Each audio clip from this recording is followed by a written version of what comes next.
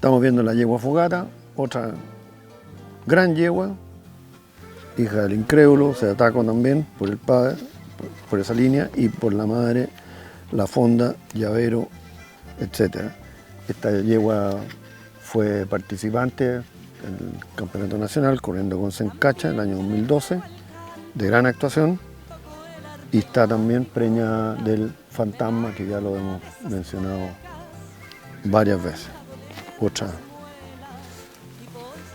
Otra gran oportunidad para alguien que quiere iniciarse en la crianza.